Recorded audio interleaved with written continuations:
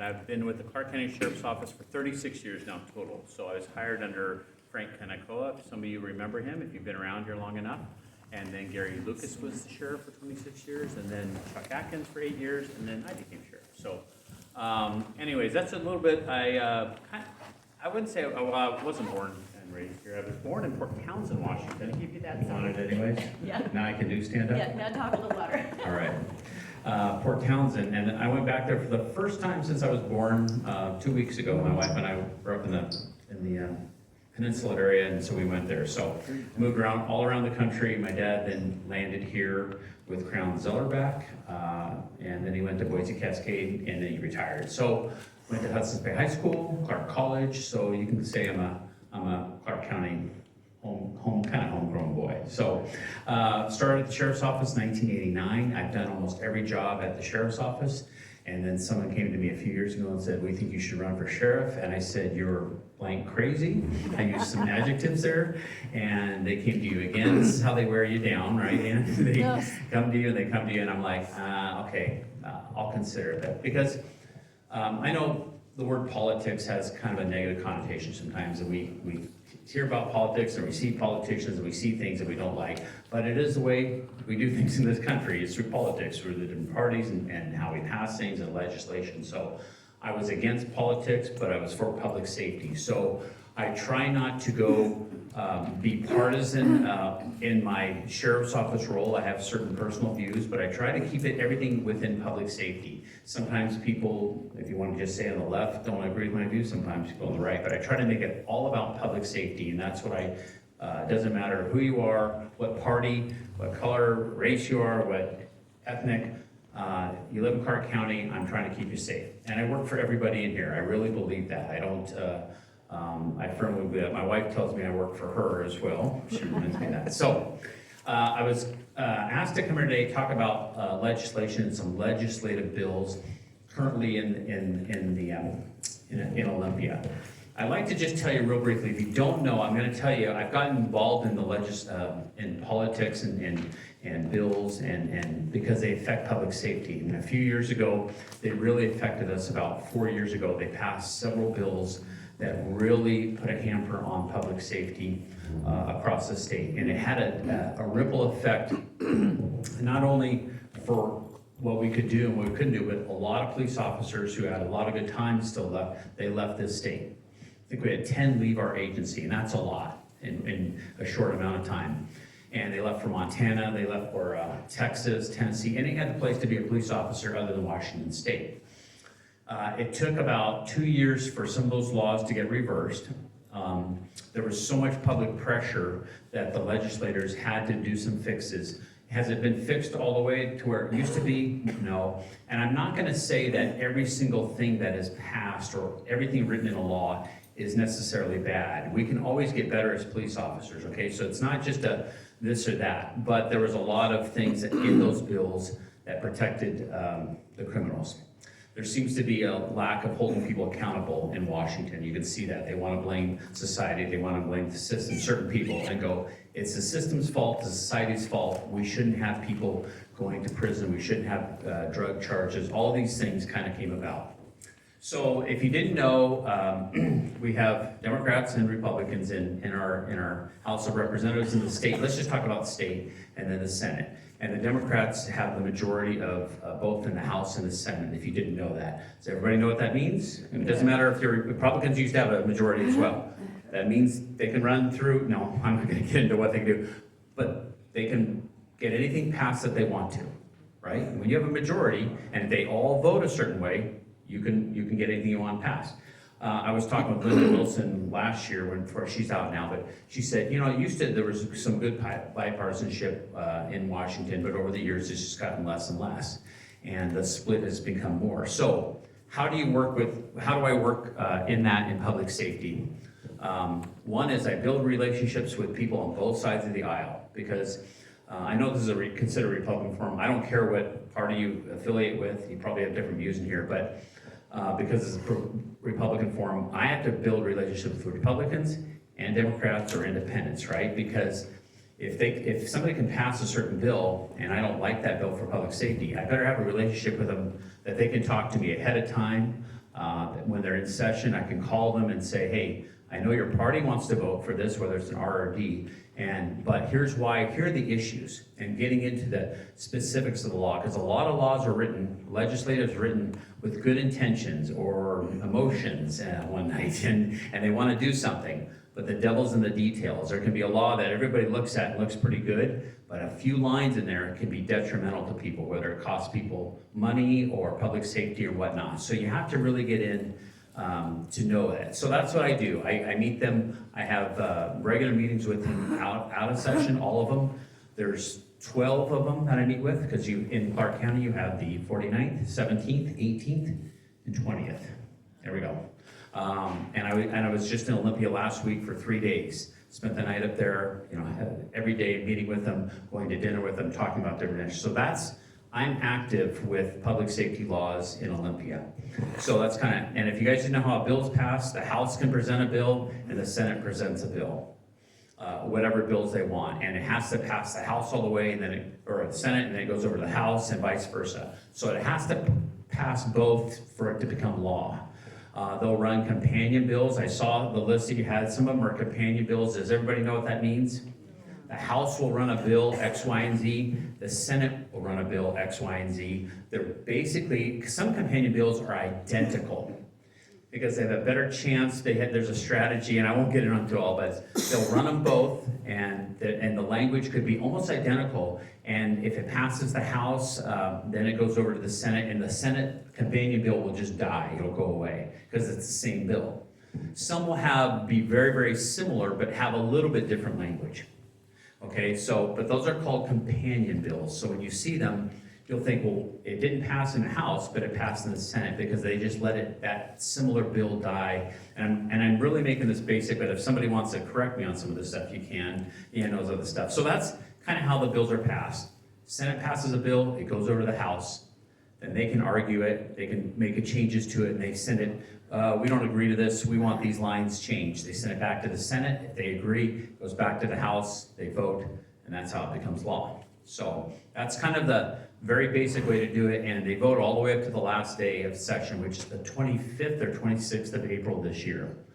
This year is a long session. It's 4 months, January, February, March, April. Next year it goes into a short session. It'll be just 3 months, okay? So that's how it works. Every other year, 3 months, 4 months, 3 months. So that's how that works. So again, the number one thing is if you want to get active,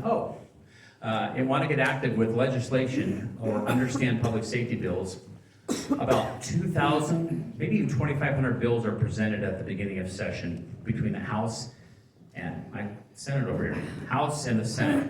2,000 bills. That's a lot, isn't it? And it's just an average. Hey guys, walking in late, I know them. At the end of the day, this is just an average. Maybe 200, 250 bills are passed. So is that 10%?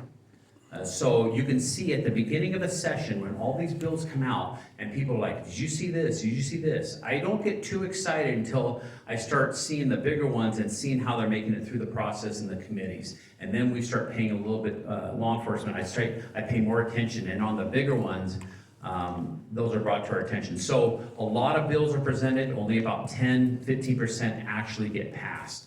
Once they're passed, they still have to go to the governor for signature. And the governor can veto, and the governor can line item veto as well. So just to kind of let you know, and then after they sign, they go into effect when the governor says. Some go into effect immediately, it says right at the bill. Some will go into effect 30 days, 60 days, 90 days. Some will be a year or 2 years down the road. So you have to read when it goes into effect as well. I know it's a lot, but this is important because bills that go into effect immediately on public safety, I have to have my act together, right? If something changes, a gun law changes, right? A gun restriction law changes, and it's said effective June 1st, it goes into effect. Gun dealerships need to know the law. The sheriff's office needs to know the law if something were to change, because we have to follow the law. So, when it's all said and done, there have been some laws in Washington that have passed that I believe are unconstitutional. But until they're proven in state court or fought, and some are fought immediately, there's appeals put on them, we have to abide by them, and that gets tricky. So we've had some recently, some of the bad laws that passed got challenged in the Supreme Court, and we won on the appeal, and then the U.S. Washington State Supreme Court agreed with us, and some of those were reversed that way. But it took 2 to 3 years to get that done. In the meantime, the person on the street and is do I enforce this one if we feel it's unconstitutional? Do I not enforce it? So it puts them in a position. And the person on the street, all the way up to me, can be sued. Legislators, judges, and prosecutors cannot be sued. Do you guys know that? Yeah. So the people who have to do the work and decipher these laws and go, which ones we're gonna do, can be the ones sued. But the ones that make the laws cannot be sued. So I think we should get that reversed. Anyways, that's my personal, but Jim Walsh tried. Yeah. He presented legislation to make them all accountable too, and Yeah. it died. And I'm not saying, I don't know, it's hard to say, like, you want to be held to go, if someone's acting completely negligent, they're not allowed to do that, police officer, anybody, you should be held accountable. There are some things that you want people to run for office, you want people to be police officers, you want legislators and judges and prosecutors without this fear constantly of being sued too. So it's this balance of where do you land on it, right? Because if you could sue, and I've been sued 6 times since being sheriff. If that sounds like a lot, that's probably not a lot. They've all gone away, okay? But I mean, I'm susceptible to that, and so I have to make sure we're doing everything. So that isn't a lot, by the way. So they do get taken care of, but I still have to answer them. It's still, stress on me and my wife and the county. You know, if I'm acting if I'm acting in good faith, I'm covered. If I do something outside the lines, grossly negligent, I should be held accountable for that. So I want to go over a couple of and I'll take questions here. We're 10 minutes into it. I hope I'm not boring you. You can ask me anything too at question time. I know we're talking about bills, but some of the bigger bills that came up, do you guys have a sheet? No, I didn't give everybody that. I'm the only one with a sheet. There's a couple things that have come into effect in Washington. One was I read the bill about non-citizens being able to become firefighters, prosecutors, and general limited authority law enforcement. It actually passed a few years ago that non-residents, I forget, it's a documented resident who wasn't born here, it's not a U.S. citizen, could actually become police officers in the state. It passed 2 years ago. Here's the issue with it. When you look at it, when I say issue, let me give you the details. They have been, and they can serve in the military. Did you guys know that? It's been happening for quite a few years. So they're allowed to serve in the military, they're allowed to carry a gun, they're allowed to fight for a country, but they weren't allowed to serve in the United States as police officers.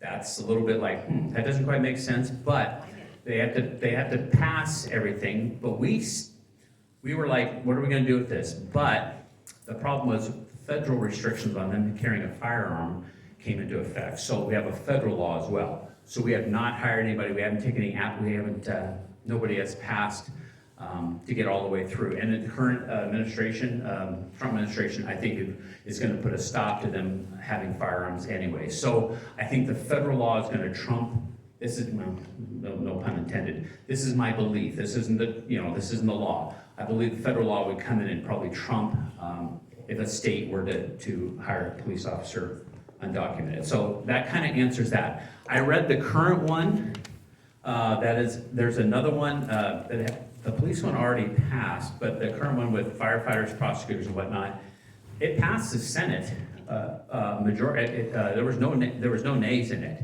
So I was just reading it, trying to figure out why. That's not unusual, there must be a reason, but I didn't have enough time to read through it all the way. But and it said it's going through the House committees right now. So that's where that current one is. But every Republican voted yes on it in the Senate. So it must have had something where they felt good enough about it, because it's unusual to have 49 yeses on, right?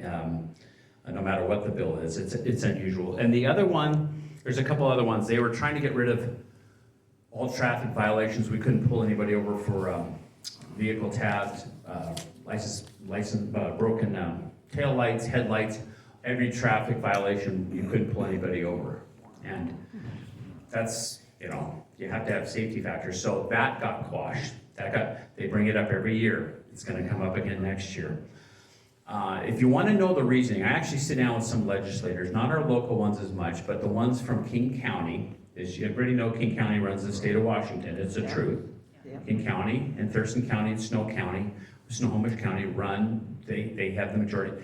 They actually believe every time a police officer shows up, someone ends up beat up or shot illegally. That is their thought, is if we eliminate police contact, we'll eliminate those problems. So that's their thinking behind that. They want to go with other crimes. They decriminalized drugs a few years ago, where it's now just a misdemeanor. And every judge in the world, even liberal judges, will say that was a mistake because it gives us a hammer on people in court. We can get them to go to drug court and get them to go to treatment if it's a felony. That should come back. So we've gone this way in this state with decriminalizing, not holding people accountable, and it has actually hurt people because there are a lot of people. I go to different recovery places, and they say, had I not been arrested, had I not gone through the court system, had I not had the judge holding a year over my head, I wouldn't have gone to treatment. Thank God it happened. I tell you, this is weekly I hear these stories. I hated the cops 5 years ago.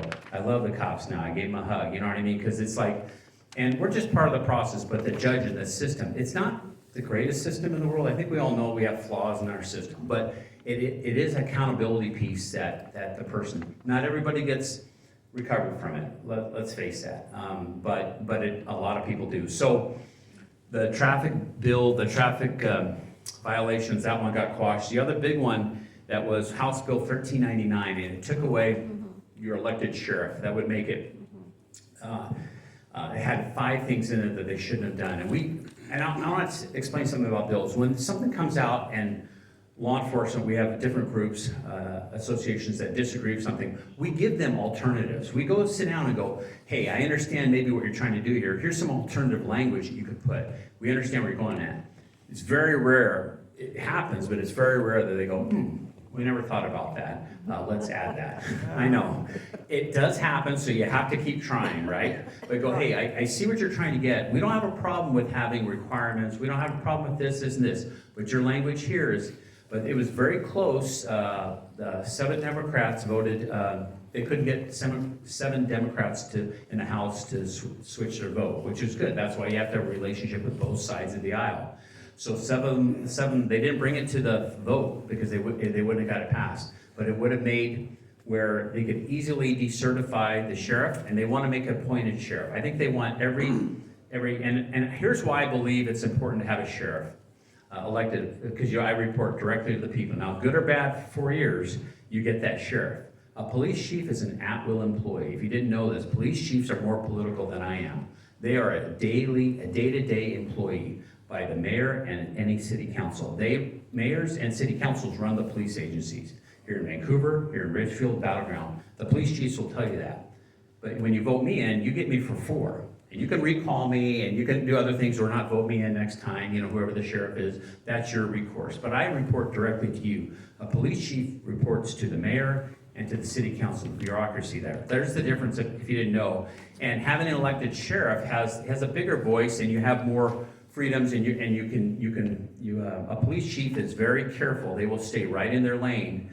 When a police chief speaks up, I've seen it in Portland, you're gone the next day. Or, hey, I support our troops and this, and this, you will be gone. Seattle, it's happened quite a bit. All around the country, police chiefs' average lifespan for police work lifespan is about 2.5 years. So that's the difference. But this bill did get quashed, it didn't get through. It would have was on the path to getting rid of the elected sheriff in Washington. And so that's kind of where that came from. They threw in volunteers, that they would restrict volunteers. If anybody here is in the city of Vancouver now, neighborhoods on watch, or, the sheriff's office auxiliary, they write handicap parking tickets, help with other things. All of that would have gotten taken away, which hurts us because then it requires us to do those jobs. So there was a litany of things in this bill that were bad. It didn't get through. They will come back next year, and we'll fight it again next year. And everything is a fight. You cannot give up on.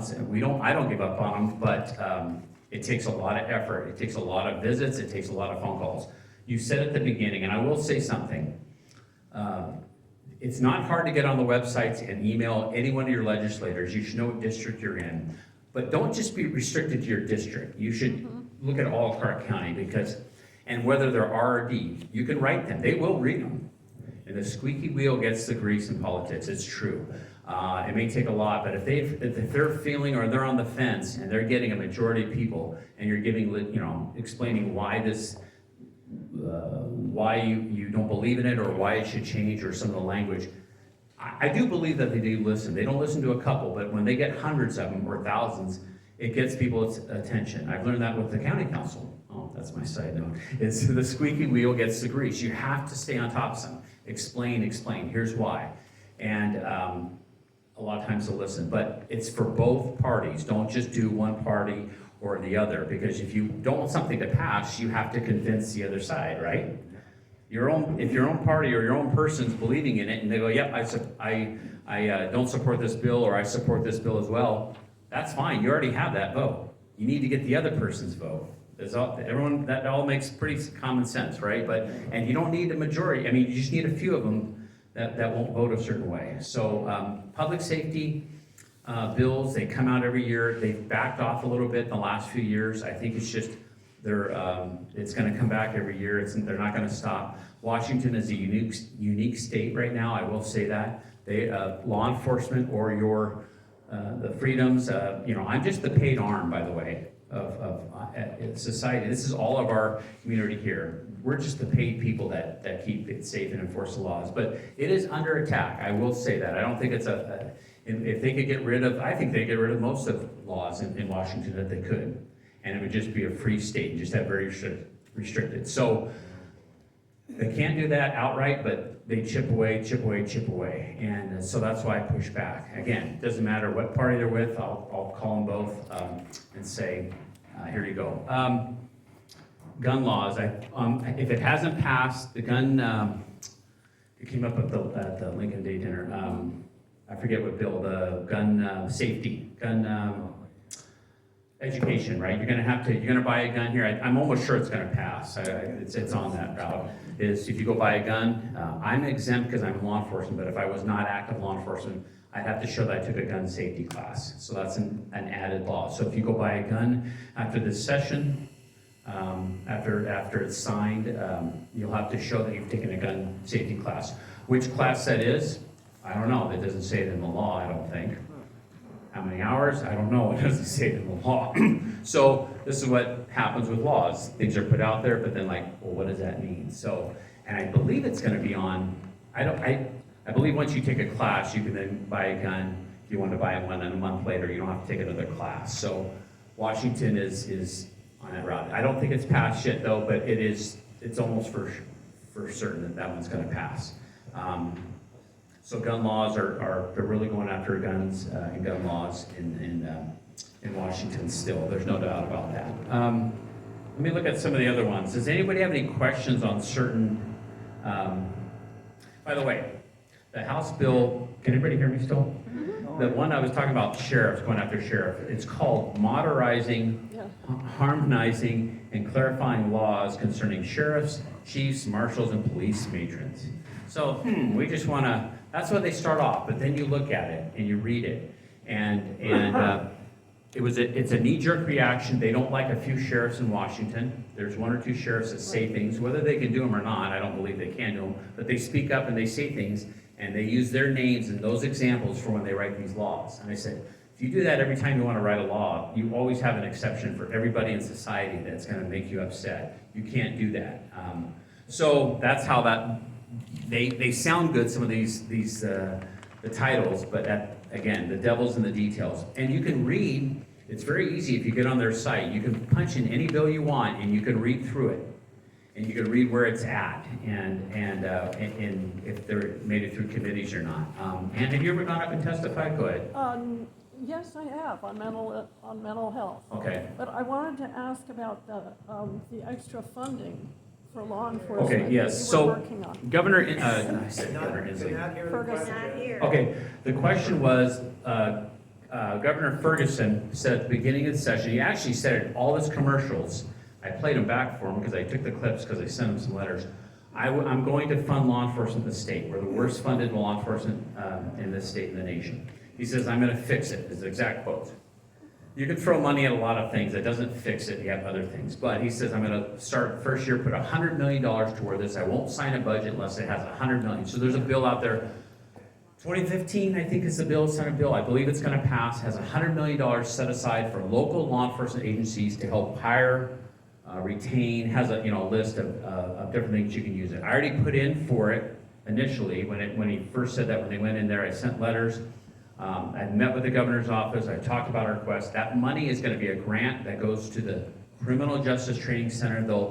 They'll run the grant, but the restrictions on it and the requirements are starting to come out.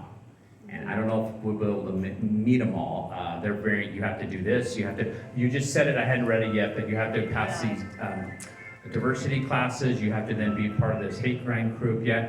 Now, some requirements we can do. They're not hard to meet. We probably meet some of them already. The other ones are like, okay, and that's just grant money. So if we can't meet them, or I don't want to meet them, that money's off the table. If we do meet them, grant money comes and goes. It's there very short, it's just a shot in the arm. But our local funding, I believe, is going to be a little bit better this year from the county council. But the state it's kind of I have to put it this way. It's a good thing. I'm not going to say it's bad that the governor and the House of Reps up there by his own party are at odds right now over this. They don't like it that he did that.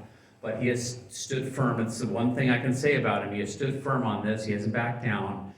He has tried to support law enforcement in this realm. There's a lot of other things I won't get into on partisan issues, but for that, there does seem to be $100 million available for that. But that will go quickly, right? Police officer hiring a deputy, starting off, salary, benefits, the uniform, the gun, the car, everything is about $250,000 to start with. Because you have to get the car. Don't forget the car and all the equipment. And then it comes down, it gets down to about, I want to say 175, 180. That's what benefits everybody. I don't want to, I'm just letting you know. But then it comes back up as the years go on and longevity. So it costs a lot. So for police officers for 1 year is $1 million to start with. So just to kind of give you where that's at, that's about average anywhere in the state. So that $100 million is going to go quickly. Maybe we can use it for retention bonuses. I have somebody who wants to retire in 3 years, or retire early, but they could still go a few more years. Keeping them on, if you give them a retention bonus of $5, $10, $15, $20,000, that beats me hiring a brand new person and starting all that training again. So there's different ways this money can get used. I don't know if we're going to be able to qualify. I have to read through. You said some of the. I have to read through. I know that they just put out a list of, you want this money, you have to meet this criteria. So there are federal grants that we put in. There's some federal grants that I don't put in for because we can't meet those requirements. I'm a believer. If you sign a contract saying you're going to do X, Y, and Z, or have this to get the money, you better meet X, Y, and Z. Some places, we're pretty close, or they won't check on it, or don't worry about this. I don't believe that. So getting federal grants, you need to meet grant requirements. It's a big thing. So that's on the $100 million. Any other questions about current bills that you've heard about that you have a question regarding? Yes. Okay, go ahead. So there's two bills on there about the hate crimes task force. Do you want to talk a little bit about that, or? Yes, and so they have some right now. So hate crimes came, I want to say, that's maybe 15, 20 years ago, they started with hate crime state. And what has gone from there, it was kind of clear of if somebody, I'm just going to use examples here, if somebody went to a Jewish synagogue and set it on fire for the purpose because they were Jewish, if they did 10 other arsons, but they did a non-denominational or a Church of Latter-day Saints or a Catholic church, and they were just going after churches, you would still qualify, but it wouldn't have necessarily been against the Jewish community. They're making it hate crimes. They're changing it more and more to where your thought pattern, if you just disagree or your freedom of speech and a crime is committed, then they're saying that's a hate crime. Or just some of your speech that you say can be considered hate crime. Now, I think we all know there's derogatory speech that's not acceptable. You shouldn't say to anybody, whether it's a sexist comment or, and I'm talking some very vulgar words or using epithets that are, you shouldn't be used, right? but they want to start, if they start going down that road and they believe that, go ahead. Well, I got this actually off of their website. And so it says conspiratorial narratives motivating extremists. So they're trying to define what is an extremist in the state of Washington, and that is anybody who talks about election fraud, anybody who's anti-max or anti-vaccine, anyone who is anti-critical race theory, anyone who is against LGBTQ grooming narratives, because this, they say, increases threats against elected officials. And so anybody who shows up to a school board to protest what the school is, they call it disrupting a school board meeting, anybody who is against pride events or drag queen story hours. These are their definitions of extremists. And I actually watched them, each of the people on this task force introduce themselves. They're anti-police, and they're basically anti-white men. But there was not a single person on this task force that represented a conservative or Christian or Republican viewpoint. As a matter of fact, Christian, conservative, Republican viewpoints were considered the extremists according to them. So this is already in effect for police officers for being Yeah, that's decertified. currently in If you, I could tell you the RCW is, police officers can be decertified for they commit a crime, right? Or do something outrageous, several different reasons. And if you're decertified, that means you can't be a police officer in Washington. And one of them is associations with extremist groups, and they can also get on your social media and see what you do, because in your own time now, or your private time. So First Amendment speech still has to be looked at, right? But yet, I can't have a deputy in uniform get up there and say things, certain things, because he's representing the sheriff's office. That could be considered a policy violation, right, or whatnot. But they are looking at things for what's an extremist group, and they're classifying things. They want to classify whatever they don't agree with as being extremist group. Now, I think we know there's very obvious examples of extremist groups and what they're doing, but then they're getting into a gray area and blurring the line. Go ahead, ma'am. Who established that task force that you're referring to, Joe? Ferguson, when he was DA, and Inslee, but basically this is Ferguson's baby. So the decertification, like I said, if you decertify, this is why we're having a hard time one of the reasons applying for be a police officer in this state. And also people retiring early, because they look at this and go, why am I gonna jeopardize my whole career, my 25-year, 30-year career, and have this? I look at it, I teach the decertification class at the academy, the last day of the academy, and we talk about it. And I tell them, just because you can do something, and you think you have the First Amendment right, and you wanna do things on social media, and I'm not talking about the KKK or joining that, I'm just talking other groups, or anything they may wanna do. It even talks about some moral decision-making. I says, if you wanna have 2 bottles of vodka, one in each hand, and you're drinking it, you think that looks cool, and you wanna post it, you may do it, but the Criminal Justice Training Center may not like that. And they can start looking at things and coming after you. I go, just because you think you can do it doesn't mean you should do it. You need to be careful in this state what they interpret as it. I'm not saying I agree, I'm not saying I agree with it, but that's the reality of it, is they have a board. Anybody can make a complaint. Let's say, I'm gonna use your example. You got in a wreck a few years ago and I gave you a 1-day off suspension. It was your fault, okay? And I gave you a day suspension 20 years ago. They have the ability to open up cases that have already been decided and redo them and decertify people from those cases. And I get about 5 emails a month for previous cases that we've already disciplined on. So police officers are like, you gotta be kidding me. I already went this, I got my punishment or my discipline, I got my day off, and now I can get more time off, or I can be decertified. It's a true fact. This is happening with cases at the Criminal Justice Training Center, which is ran by the state, which is right underneath the governor's office. So I don't want to paint this awful picture, but it wasn't like this even just 5 years ago. It's getting worse, and we're having a hard time recruiting. And I'll just say it, if I was 21 years old and I did my research and I was somewhat intelligent, I would look into this stuff, and if I had a choice between here and another state, I'd probably go to another state. We're getting good people to apply still, but it's not the percentages that we used to. And we cannot hire mediocre people, because we'll pay for it in the long run. So that's what's killing us.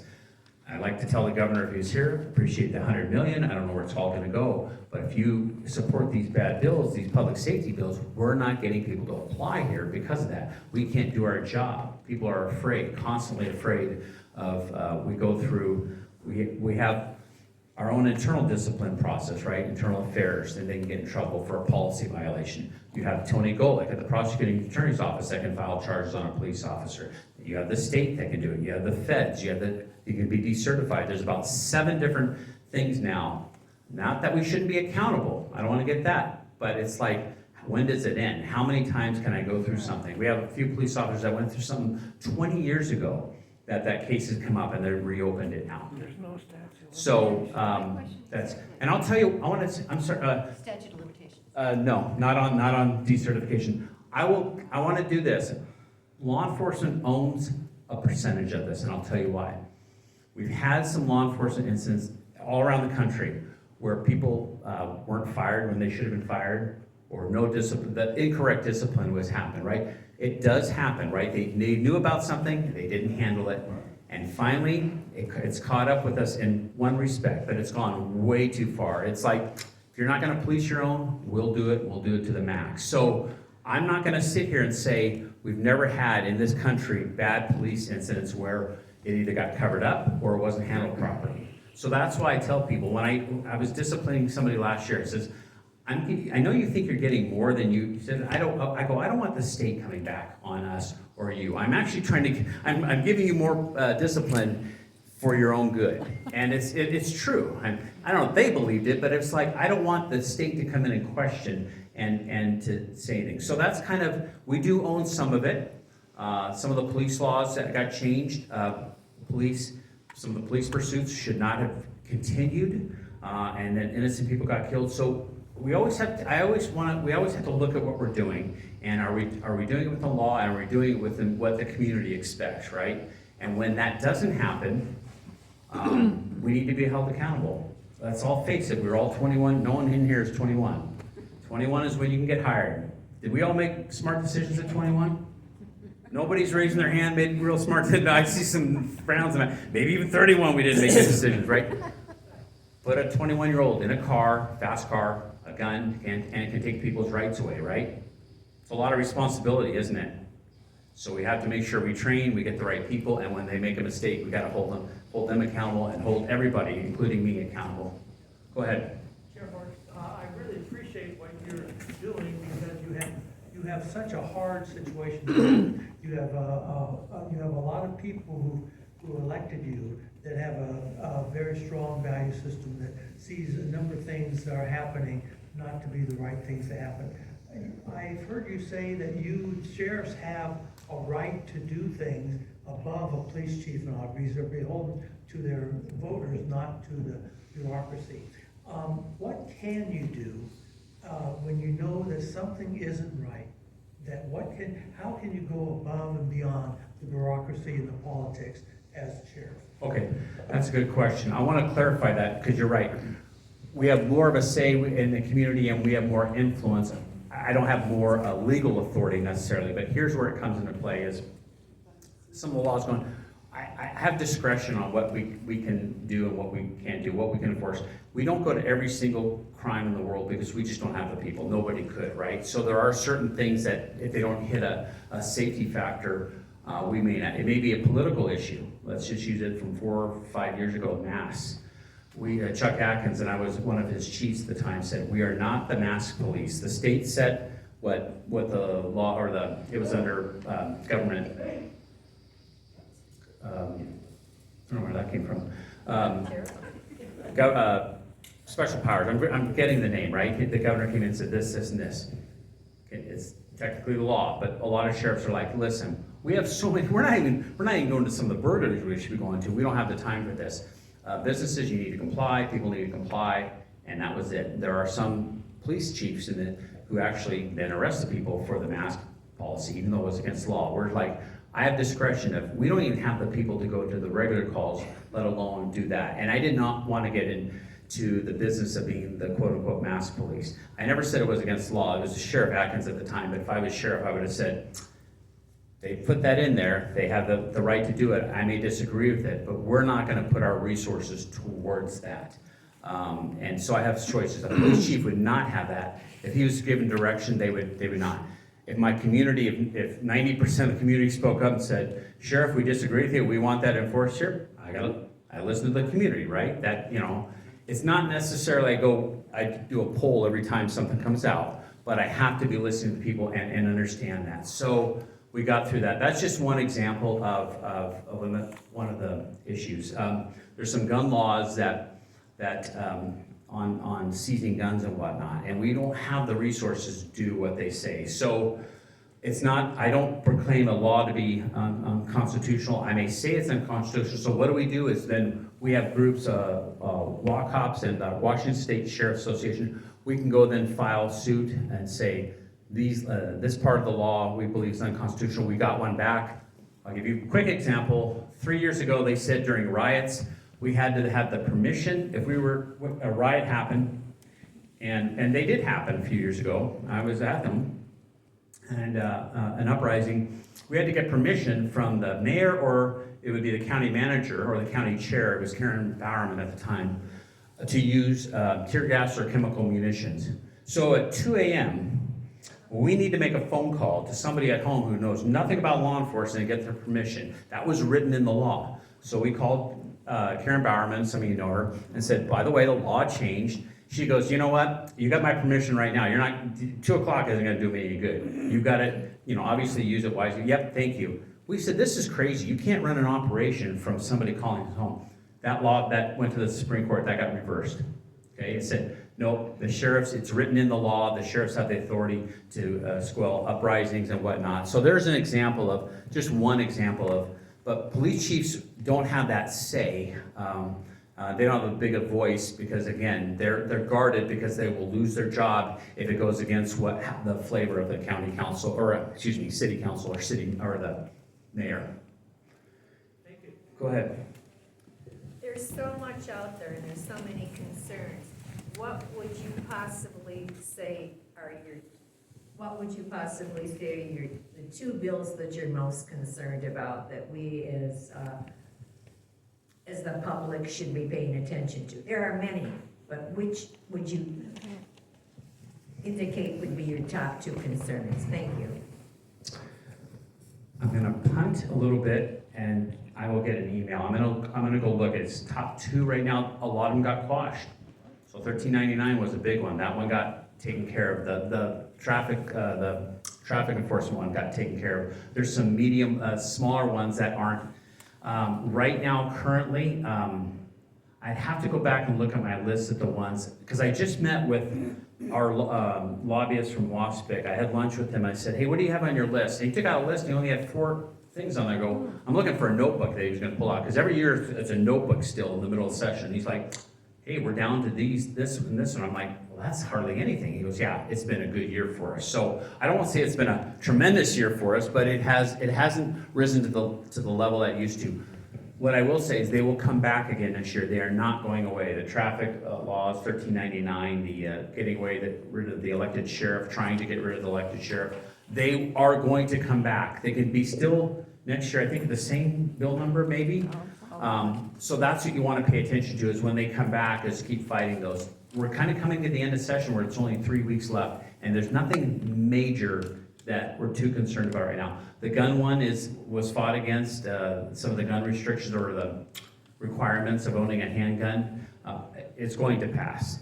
That's just, I don't think you have a snowball's chance in hell, if you don't mind me saying it, is of getting that one not to pass. It depends on where you land on that, but it's another restriction on gun owners in the state. There's some states that you just go buy a gun. You have to do a background check in every state, but some of them do them very quickly.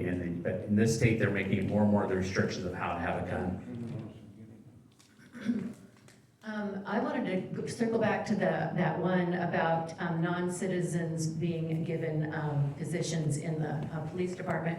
It must be giving them more authority than what you say is currently on the books. I recently watched a couple of interviews from a couple sheriffs from other counties, and they said, we will not be hiring non-citizens. It's one thing for a non-citizen to serve in the military where they are actually combating foreign combatants, but now you have a non-citizen coming against a citizen. And that was their issue. And then they said, and then these people, to get the funding for them, have to go through this DEI. So now they are indoctrinated, and they're non-citizens, and they're coming against the citizens. And so these sheriffs said that they will not be hiring non-citizens or somebody, or taking money from that funding. So that this law must be giving these not more authority than what you say is currently there. I'd have to read through this one. The Yeah. one that was passed a few years ago was, and I think some police officers have been hired. This is somebody who's brought here and they're 2 years old. And I just to clarify, I'm not going to give a pro or con statement, but they still have to go through the entire process and the entire background. Somebody grew up in Yakima their whole life and they want to be a police officer, but they're not a U.S. citizen. That's what it was set for. There's a lot of restrictions.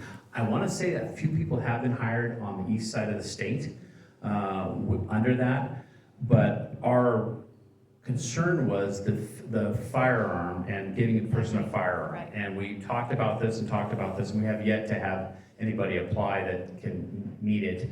But because the issue was they wouldn't be able to take their firearm home under federal, and we're always on call. Right. And we take our cars home. We can't have the lockbox at the precinct and then get their gun there. The mountain blows, we blow a whistle, everybody goes, or whatever, a riot happens. So that was our problem with that. But I think the federal government's gonna come in and, Yeah. again, this is just some speculation that they're gonna come in and tighten that part up. So that, because you'd hate to hire somebody, go through the whole thing, and then they say, you're restricted to having a gun.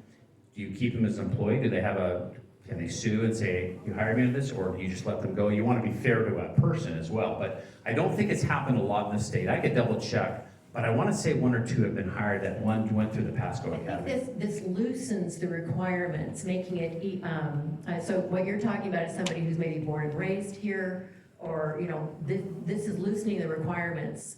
It could be. And then these sheriffs were also saying, yes, now this non-citizen can't take the gun home, so now I have to check in their gun in the morning and check out their gun in the evening, and that requires more paperwork, and they said it's just ridiculous. I think when that came out, I think that has stopped, but I'm gonna double check on that. I can make a phone call today and find out if anybody had been hired into that, so, yes.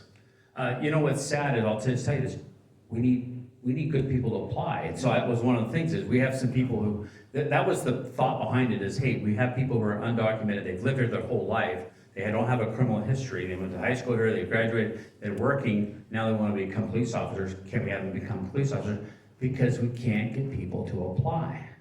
It was one of the theories, is how can we get more people to apply? Well, you start opening it up more like that. Like I said, our standards haven't changed. Some people want to change, our drug standards even have had to change over the years. Everybody knows why, marijuana, right? If you smoke marijuana, when I got hired on, you had to have 5 years of not have smoked marijuana to get hired. We've had to move that to 6 months. Marijuana became legal in Washington State, we all know it. I'm sure some of you drank before you were 21, right? In high school or college, I see some giggling. But they're using marijuana now like they were in alcohol, like maybe we were in high school, right? They're at least trying it. Or more in college, it's just socially more acceptable. I do not like it, but it is here, and it's been here for several years. So this is what we're dealing with. We just had some real good people come through, and they're like, oh, I was using last week. We're like, you gotta be kidding me. I mean, these are people outstanding. I thought we were gonna hire them. Like, we can't keep moving the standard, right? So we go, no, you can apply back in 6 months. It's still federally illegal, if people didn't know that. So, but we can't change our standards, and for police, I know when you do that, or you make exceptions, or you're hiring a C- student, you will get C- work, and we can't do that. So it's that's a long way around of, we're trying to get good applicants and people here, but it's been very difficult. And incentives, giving them financial incentives to get hired on with us. Almost every agency around here does it. I don't know if that's even doing any good now. I'll give you a quick, we're going off the laws here. We'll have people come into interviews. This is true. This happens. And when I did an interview, when I was, 16, 17, 18, I worked 3 or 4 different jobs. I was a little nervous at those interviews. I didn't ask them any questions. A lot of people, do I have to work weekends? They're like, yeah, this is law enforcement. Do I have to work holiday? Do I have to work graveyard? Do I have to, yeah, what did you think we did? We're 24 hours. Oh, well, you know what? What about, can I work this schedule? They'll say to us what schedule. Had I said that in one of my interviews, I think I'd have been whacked. They would have punched me and thrown me out of the room. That's true. It's a different generation. It's here. Not everyone like that, but we're getting people who come in, why do we do this? Why do we do that? I'm like, you've been hired on for 5 minutes. Just take it easy. Go to the police academy. Learn something. I'm trying to be patient, right? Like I said, I probably bugged my boss a little bit when I was young. I've had a few run-ins, right? With Todd Rudberg, a long time ago. But that's the people we're seeing. And FMLA and parental leave when someone has a baby. Now, when my wife had her first kid, I was given 1 night off. And I had to be back the next day. That's not right? Everybody agrees that's not good. But now it's gone so far the other way. They can take up to, 9 months, a year or 2 later, anytime they want. Summertime, I need 3 months off. My kid, childcare, yeah, I know, laws changed. It's here. We have to deal with this. We have to deal with that staffing issue. It's just come so far the other way that we have a hard time keeping people and a hard time keeping people just dedicated. We have a lot of dedicated public servants, but it's just a different group. Now we're getting a group behind them that are kind of like from our generation. But we have this middle group there that's a little bit, I don't like the color of my pants. Why don't we have different pants? I'm like, well, we buy them for you and we pick the color, so please. I'm giving you little small examples. I think the sheriff's office has some of the best employees. That's why I ran for sheriff, is because I loved our employees. Every place has its issues. Sheriff's office, you can nitpick, but we treat our people, we try to get them everything they possibly can to be successful. I'm a believer in if you take care of your people, they will take care of the public. And that's what I tell my people, everybody from commanders and sergeants on down. Take care of your people's needs. They don't get weekends off though, if they are not scheduled. But get them whatever they can to be successful with this job, and that's how we do it at the sheriff's office. So that's kind of a side note on the laws there. Get to know your legislators. If you don't know them, get online. You need to know their names. Most people live out here, you're in the 17th out here. But you should know who's in the 49th, you should know who's in the 20th, you should know who's in the 18th, there's the 4, right? Those are all Clark County. And there's 12 in total. 2 reps from each district and 1 senator from each district. So that's my recommendation, is get on there. It's not difficult to find out who they are. You type in your address. If you don't know what district you're in, it'll tell you as soon as you type in your address, right? And it'll say you're in the 17th, and here's your representatives. Would you like to email them? It's very simple to do that. And you want to make a comment, and would you like a reply back? Yes or no? If you haven't done it. Yes, I'd like you to reply back to me. And then they'll reply back. So. Do you have any other questions for Sheriff Horch? He has to leave right at noon. I've got a. Okay, I'll be fast to ask. Can you clarify and to make more clear, distinction between when the Vancouver police, what their jurisdiction is versus the sheriffs, or how that interfaces? Thank you. Okay, good question. Do you hear that? What's the difference between Vancouver police? We'll just use Camas and Washougal and Battleground as well. All things being equal, normal day, let's say this platform is the city of Vancouver, the boundaries, and this whole area is Clark County, okay? That piano would be Camas and Washougal, those tables and whatnot. So everything else is unincorporated Clark County. That's what we're responsible for. We call it a cold call. You have your car gets broken into, but you don't, the night you live in the city of Vancouver, the city of Vancouver will show up there and take a report. It won't be a county officer. So everything, like I said, non-emergency calls, they handle police and crime in our own area. We cross over, there's no walls. In an emergency, everybody goes, and it's all based on your GPS in your car. So when somebody's downtown, a county officer is downtown, a county deputy's downtown, and there's an armed robbery, they will get the call automatically on the radio and on their computer, and they will go as well. So we work and we train with them as well. We have joint units. So we cross over, we help Battleground quite a bit. They'll come out and help us. If we're in Yakult and we have one person on up there and it's an emergency call, Battleground will send their people up there. So we help each other out in emergencies. So that's kind of, all things being equal, we just handle our own areas. We try to be on the same page with policies somewhat, or 911 calls and our procedures to kind of help all of Clark County, to help everybody that works together, the 911 dispatch center, fire departments, and be on the same page with our procedures and call outs. But you can have individuals. The city can have ordinances that the county doesn't have. The county has a no RV parking, if you guys didn't know that. You have to buy a permit. The city of Vancouver doesn't have that. That's why on Minnehaha and 63rd Street, you can see where the county line is in the city, because you see all the RVs parked there. That's how you know where the county and the city line is. Tell that one to Mary Ann, she loves that. I know we're recording this as well. Anyways, anything else? I'll come out anytime you like. You can ask me any other questions. I got a few more minutes. Go ahead, sir. I have an old shotgun I had when I was a kid. When I die, can my grandson just take the shotgun?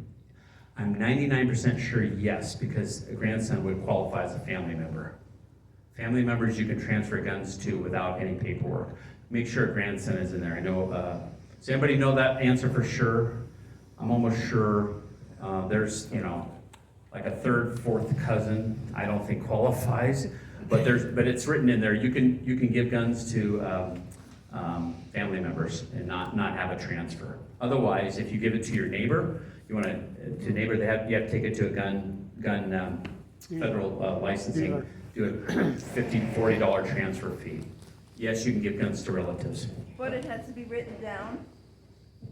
Has to be I recorded. don't think so. If the law is, you can pull up the law on gun transfers. I don't think so. I think if you can show that it's a relative and it went to them, I don't think that should be hard to prove. I don't think it has to be written down.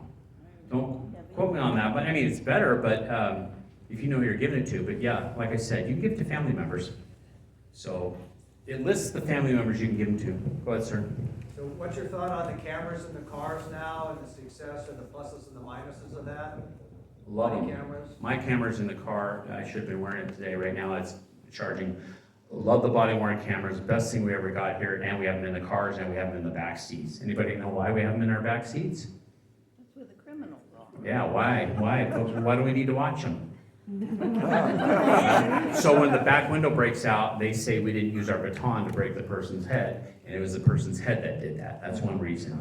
Accusations, sexual assault accusations by police officers. We have cameras on now showing everything. These things happen. And so the cameras, body-worn cameras, love them.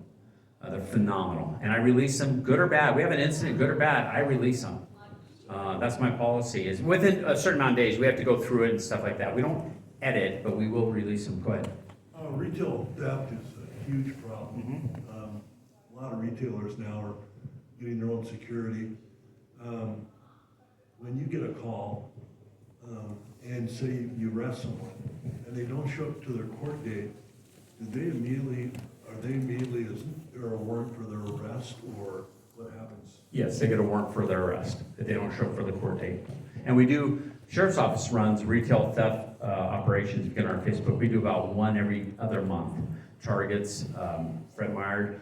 Retail, here's what happened is Lowe's, Home Depot, all the companies for a while there said, we don't want the cops showing up. We're gonna let people walk out. I saw people leave Home Depot with thousands of dollars of equipment. I'm like, that is the wrong message. Said, don't do that. I understand from their perspective of business, they didn't want cops, they didn't want people hurt, they didn't want maybe a shooting there and whatnot. They are coming back on that and are working with us. Because if you will start letting that happen, it gets worse and worse and worse and worse. But we do a lot of retail theft operations, yes. And a warrant, yes, a warrant would be issued for theft. So how long would they be in jail if they get arrested? That is a big depends. No prior criminal shoplifting or $100, you might just pay a fine on due any time because you have to have room down there. You might do a day. If you have a long history, it's just a point system. They look at your points, and if you plead guilty, maybe they take some of the time off, a couple months. It all depends. Yeah. Anything else? I gotta run. Yeah, it's straight up noon, and I knew you said you had to Yeah. really get out of here fast, I will so. speed to my next location. Thank you all. Thank Appreciate you. it.